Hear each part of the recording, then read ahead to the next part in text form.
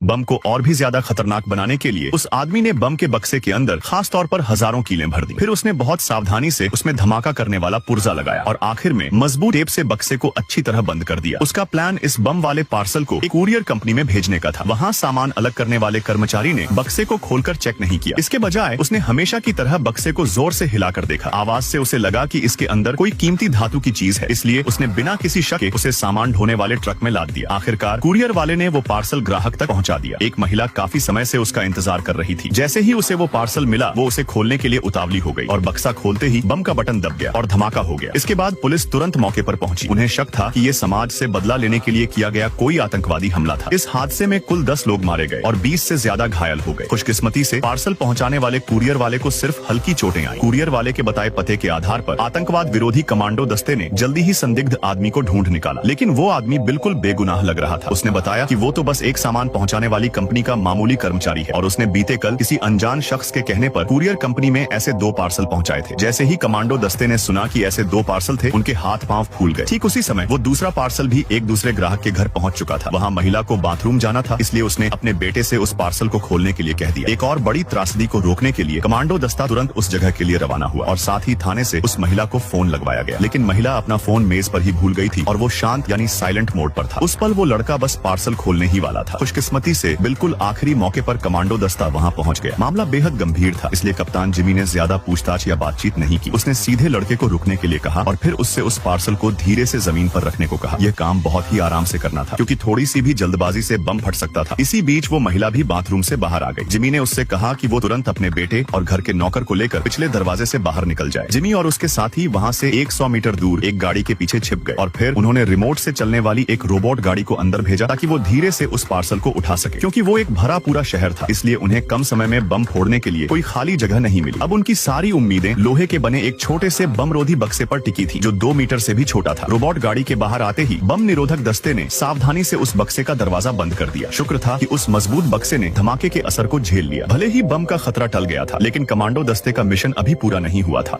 और फिर video like करने पर पार्ट 2 मिल जाएगा।